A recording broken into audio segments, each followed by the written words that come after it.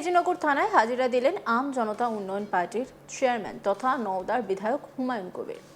এর আগে গত 4 জুলাই তিনি রেজিনগর থানায় হাজিরা দিয়েছিলেন। সেবার প্রায় 4 ঘন্টা ধরে টানা জিজ্ঞাসাবাদ করার পরে 14 জুলাই ফের রেজিনগর থানায় হাজিরা দেওয়ার জন্য নোটিশ ধরানো হয়েছিল হুমায়ুনকে। সেই মতো মঙ্গলবার 14 জুলাই সকাল 11:30 নাগাদ রেজিনগর থানায় এসে পৌঁছান বিধায়ক হুমায়ুন কবির। তবে রেজিনগর থানায় পৌঁছানোর আগে রেজিনগরের দলীয় কার্যালয়ে সাংবাদিকদের মুখোমুখি হয়ে পুলিশ ও প্রশাসনের বিরুদ্ধে বিস্ফোরক অভিযোগ করেন তিনি। পুলিশের ভূমিকা নিয়ে ক্ষোভ তীব্র হয়, তিনি ক্ষোভ উগরে দেন। তার দাবি, রাজ্যে অঘোষিত ব্রিটিশ শাসন চলছে এবং পুলিশ রাজনৈতিক প্রতিহিংসামূলকভাবে কাজ করছে। পুলিশের বিরুদ্ধে বিজেপির দালালি করার অভিযোগ তুলে হুমায়ুন কবির বলেন, ভোটে হারাতে না পেরে পুলিশকে দিয়ে প্রতিহিংসা চালানো হচ্ছে। পুলিশ আগে তৃণমূলের চটি চাটত, এখন বিজেপির চটি চাটছে। ভালো পোস্টিং পাওয়ার লোভে এসব করা হচ্ছে।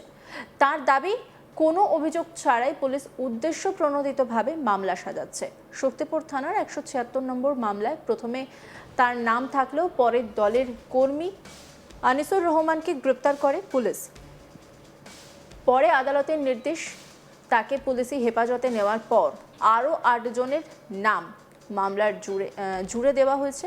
দলীয় কর্মীদের উপর পুলিশি অত্যাচারে অভিযোগ করে তিনি বলেন, আম জনতা উন্নয়ন পার্টির কর্মী সমর্থকদের 99% মুসলিম। তাদের টার্গেট করে বাড়িতে ঢুকে মহিলাদের গালিগালাজ ও টর্চার করা হচ্ছে। কোনো ওয়ারেন্ট ছাড়াই রাতে বাড়িতে গিয়ে হুমকি দেওয়া হচ্ছে। ওই পুলিশে হয়রানির বিরুদ্ধে আগামী 17 জুলাই বিকেল 3টায় বেলডাঙ্গা এসডিপিও অফিসের সামনে ডেপুটেশন ও বিক্ষোভ কর্মসূচির ডাক দিয়েছে আম জনতা উন্নয়ন পার্টি। গণতন্ত্রের বিরোধীদের কণ্ঠ রোধ করার এই অপচেষ্টার বিরুদ্ধে শেষ পর্যন্ত লড়াই করার হুঁশিয়ারি দিয়েছেন এজেইউপির নেতৃত্ব।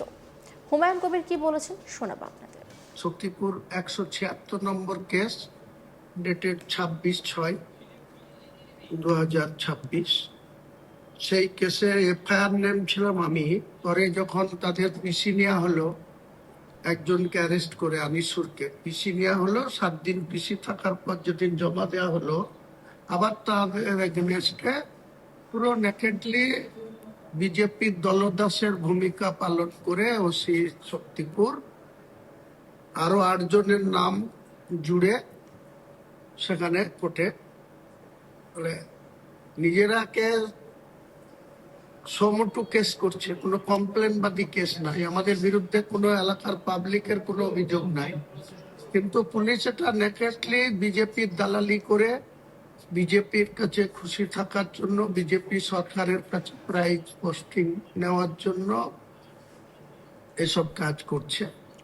এবং লাগাতার যেদিন থেকে আনিসুরকে অ্যারেস্ট করেছে তার পরবর্তী সময়ে 7 দিন পিসিতে ছিল, থানার আন্ডারে জমা দিল। যেদিন সেদিন তার নিজেরও নাম ছিল না এফআইআর, তাকে অ্যারেস্ট করেছিল। আরো 8 জনের নাম জুড়ে দিল। সেই 8 জনের নাম জুড়ে দিল এবং অ্যাডিশনাল আর একটা ক্রিমিনালদের ক্ষেত্রে যেরকম হয়, ডাকাতি যারা করে তাদের ক্ষেত্রে, চোর যারা তাদের ক্ষেত্রে যে সমস্ত আচরণ পুলিশ করে, আমাদের ভোটে না হারাতে পেরে এখন বিজেপি ক্ষমতায় এসে এখানে এতদিন মমতা ব্যানার্জির চটি চাটতো যে পুলিশ, যে দারোগারা মমতা ব্যানার্জির চটি চেটে চলতো, এখন যে সরকার আছে সেই সরকারের চটি চাটছে। এবং এখানে নেকেটলি একদম কমনিয়াল ভাবে, বিশেষ করে আম জনতা উন্নয়ন পার্টির কর্মী থেকে ভোটার 99% সব মুসলিম।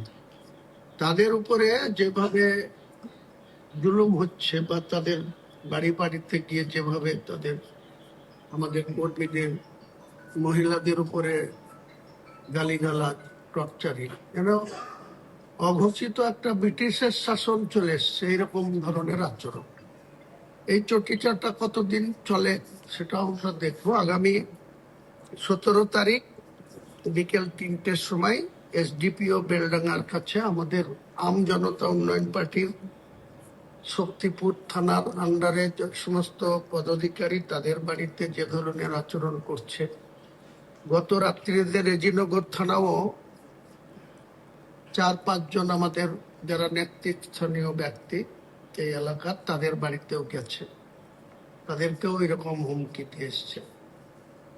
তো নিশ্চয় পুলিশকে কি এই ধরনের আচরণ করবে? কে অধিকার দিয়েছে যে পুলিশ বিজেপি ক্ষমতায় এসছে বলে বিজেপির চটি চাটবে? টিএমসি ক্ষমতায় ছিল তখন টিএমসির চটি চেটে মানুষের উপরে জুলুম করেছে, অত্যাচার করেছে। তো এই গণতন্ত্রের কি মানে হয় যে এখানে কেউ বিরোধী থাকলে তার কোনো স্বাধীনতা থাকবে না, তার কোনো কণ্ঠরোধ করা হবে তাকে? এই নিয়ে একটি রিপোর্ট তুলে ধরেছেন আমার কলিগ সব্যসাচী, দেখাবো আপনাদের।